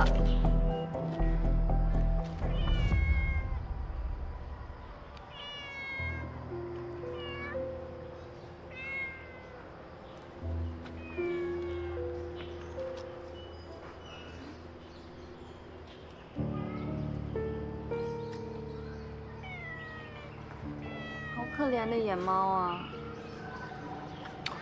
这应该不是野猫。 指甲不久前被修剪过，毛根里面有浴液的味道。你是说？不会吧，这么巧？只可惜啊，这猫不像狗那么认家，要不然它就可以带我们去找它主人了。但是它认识主人的车。啊？可你怎么能确定就是这辆车呢？法官。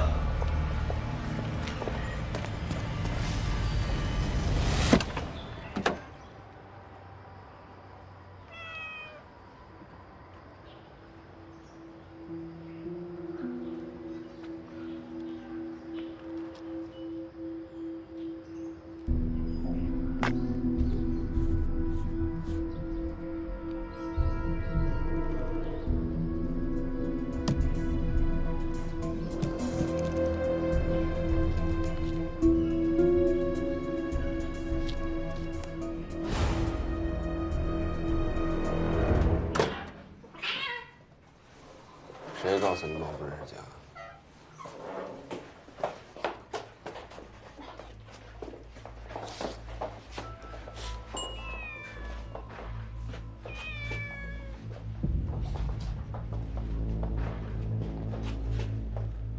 法官，猫这事儿我算是听明白了。你是怎么确定这车是死者的呢？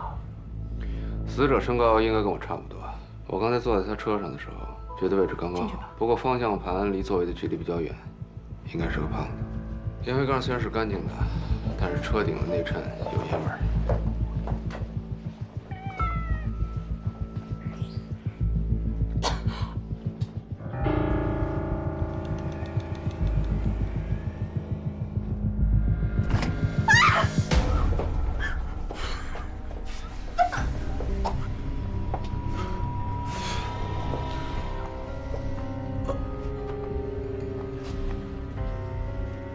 这孙子肯定是怕纹身和这脸暴露死者的身份，也一定是王晨的熟人。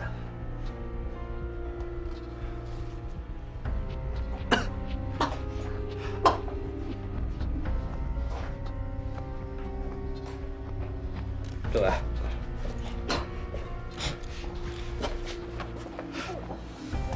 法官，是合租的。合租啊？我还以为是他一个人租的呢。 早知道就从合租查起了。哎呀，那范围更大了去了，更不好查。关队，我们查到，王晨啊是一个游戏测试员，平日足不出户，就在家工作。然后他那个工资啊也是网银支付的。那个物业公司跟我们说呀，跟他合租那个人叫高远，26岁，好像是在什么快餐店打工。我们正在查那快餐店。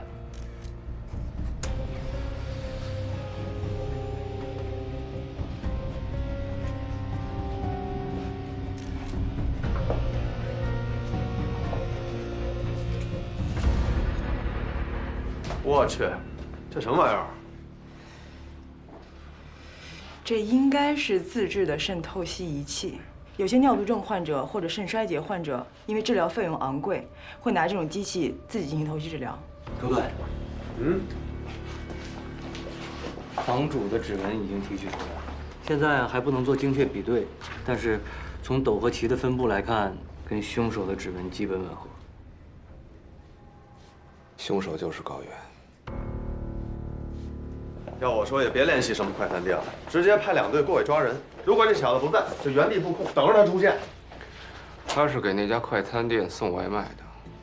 高远骑的是电动车，后面配备了外卖箱，用外卖箱转移尸块，绝不会引起别人的注意。之所以他不从正门走，从小区的缺口进入小区的垃圾场，就是因为那个小区根本不允许送外卖的进出。高远没有房间钥匙，很可能是谢静的哥哥订了外卖，所以他才能进屋。高远在杀害了谢静的哥哥正准备分尸的时候，不巧谢静回来了，所以谢静才在门厅被活活的砍死。通知辖区的派出所便衣备勤，封锁小区所有的出入口，调取监控录像，看看这个高远到底什么时候出入小区。另外，让其他各组从快餐店一直到这儿沿途布控。这样，我现在去啊。好。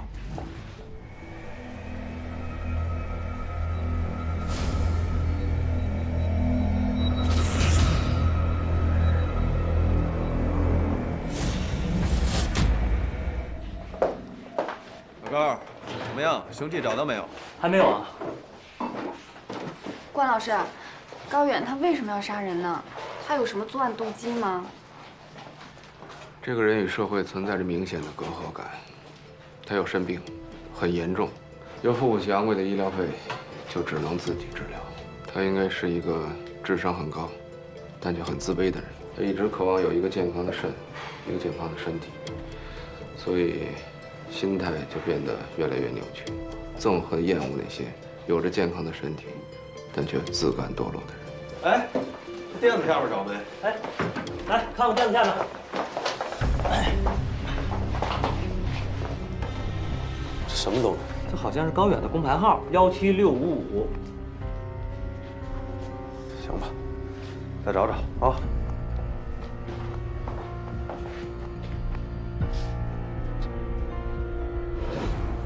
喂，我是刚才往您家送外卖的，我的工牌是不是落在您家里了？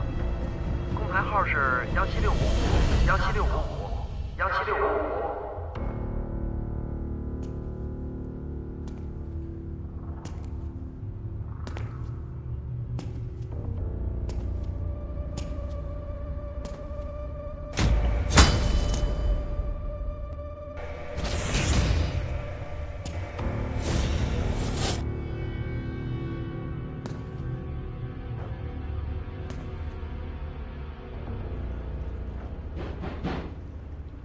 王宏宇，开门。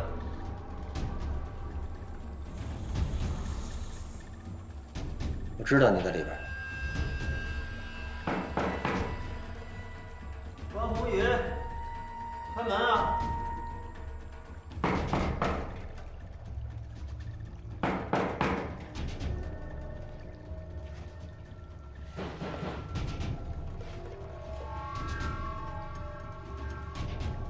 关宏宇，开门！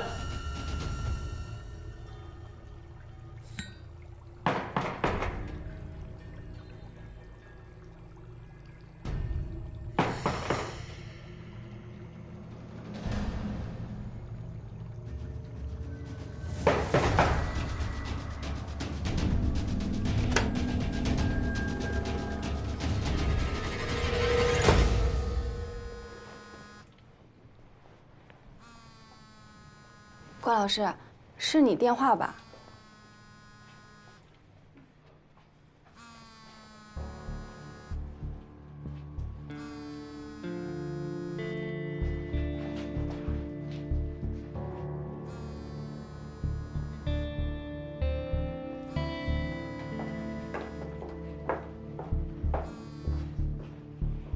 喂，你挺牛逼呀，竟然发现了我的秘密。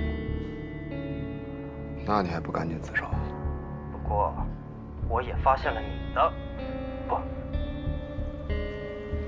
是你们的秘密。我告诉你，我现在就在你家呢。只要我发出任何的声响或打个电话，你们俩都得给我陪葬。我要跟你谈谈。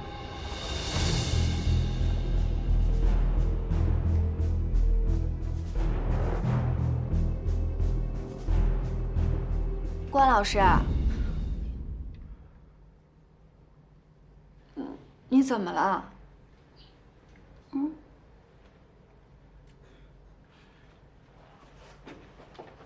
少天出来，把老关哪具体说一说。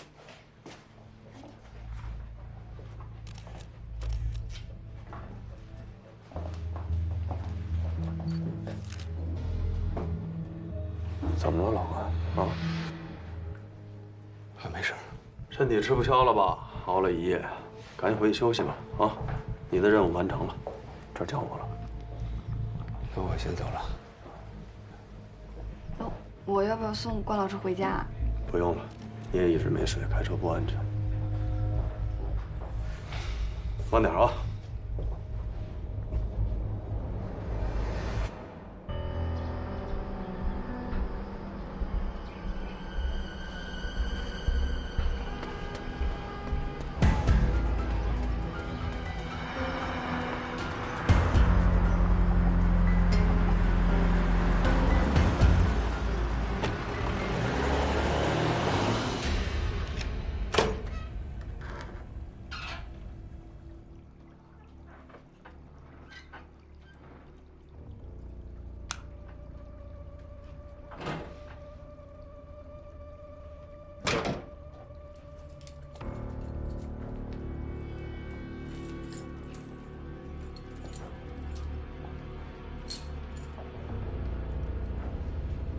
别动！别动！玩这么大一局，我看看。哎，你们俩还真他妈比我牛逼呀！这局玩的够大的。我瞅瞅。 连脸上的疤了都一样，哎，一个警察，一个通缉犯，你们俩这双簧，唱的可真他妈绝了！为什么杀那些人？人？是什么人？王琛和谢静兄妹，别告诉我不是你干的。 你说说啊，每天把自己关在黑屋里边，不见天日，只有黑暗和潮湿才让他们觉得安全。这样的是人？不是，是蟑螂，脏兮兮的蟑螂。你就是蟑螂。王琛跟这事儿有什么关系？他他妈不就这样吗？啊？ 每天把自己关在黑屋里边，无所事事，关着灯，对着电脑，吃着外卖。你说像他这样，人生还有什么意义？没有，一点都没有。那你人生的意义有吗？那当然，我的意义就是在帮他们。蟑螂会自杀吗？不会。他们也不会。 他们心底里特别希望有我这样的人出现，来帮他们死，好让他们早日投胎重新做人。哎，你说多有意义呀！啊！所以说，你认为你杀的不是人，杀的是蟑螂？对。我就说吧，还是你哥。你懂我。那谢静呢？那个女孩子也算蟑螂吗？那是她回来的不是时候，还真怪不得我。 话又说回来了，一个天天供养蟑螂的人，也是在纵容他们浪费生命。他死的不冤，你说是不是？你杀了这些人有什么用？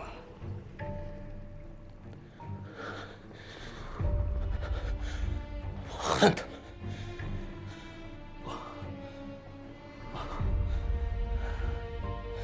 我羡慕他们。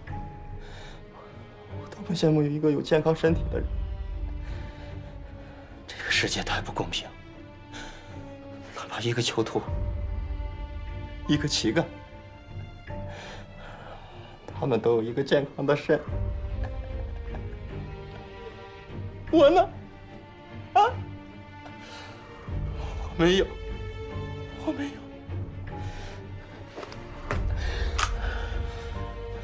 可即便是这样，我仍然在坚强地活着，我积极地工作。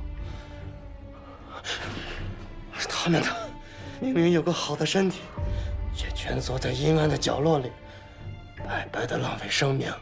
他们不配活着，不配。你没有权利决定别人的生死。我他妈就这么做，别动！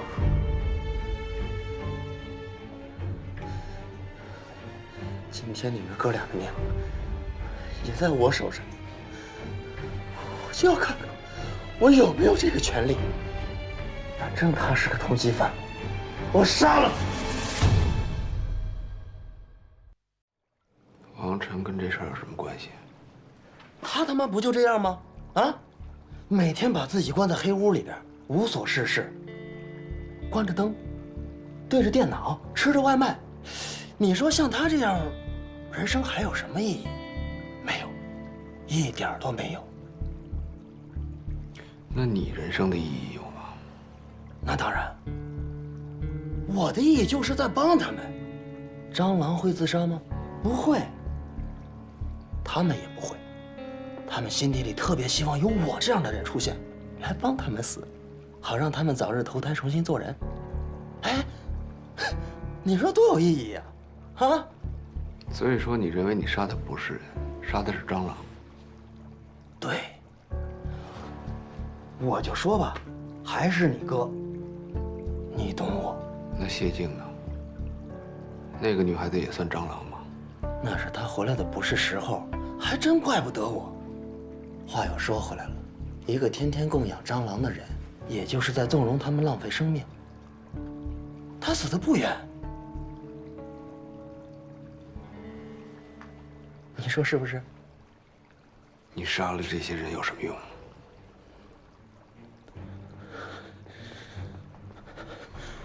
我恨他们，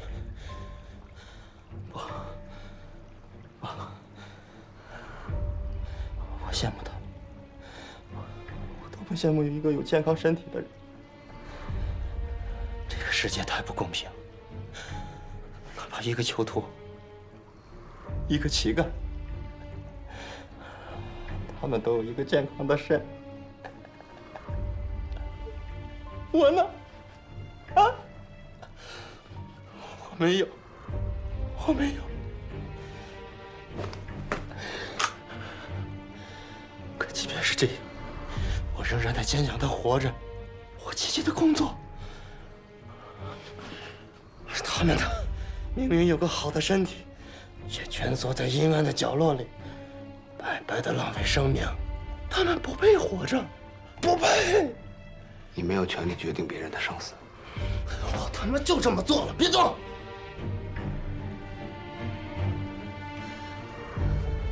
今天你们哥俩的命也在我手上，我就要看看我有没有这个权利。反正他是个通缉犯，我杀了他，杀了他也是为民除害吧？哈！慌慌张张的，怎么了？陆队，你快看，看什么？这么多台，看哪个？这台。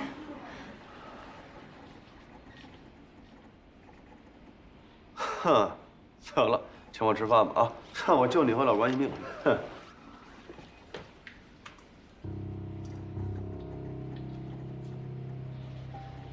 快给老关打电话。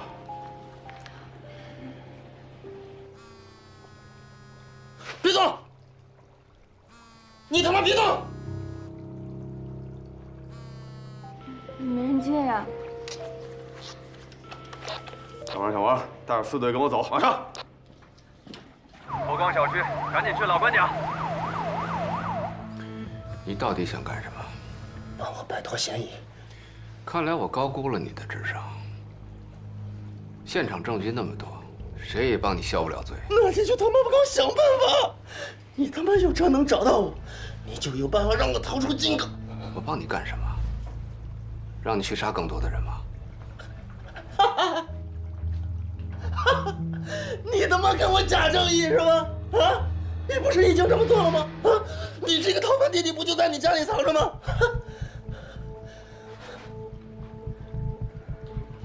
你说他吗？他是我哥，我才是关宏宇。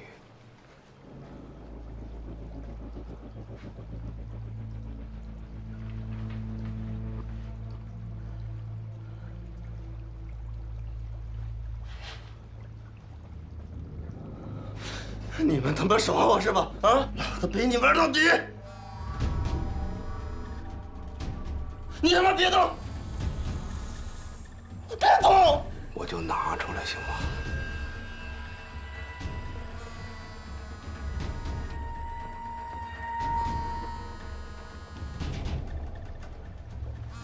你要干什么？刑侦队长打来的，接还是不接？反正你的条件我满足不了，也没有谈下去的必要了吧？不是吧？你别动，别接！你信不信？啊！我把你弟，我把你哥搬了，你他妈把我放下！放下！还是没人接啊？你觉得我会在乎他吗？我杀过一家5口，连4岁孩子都没放过。我会在乎他的死活？杀吧，你杀了他，我就是名正言顺的关宏峰了。你跟我弟弟结伙作案，我做哥哥的大义灭亲，你们之间狗咬狗，关我屁事啊！我他妈现在就扒了他！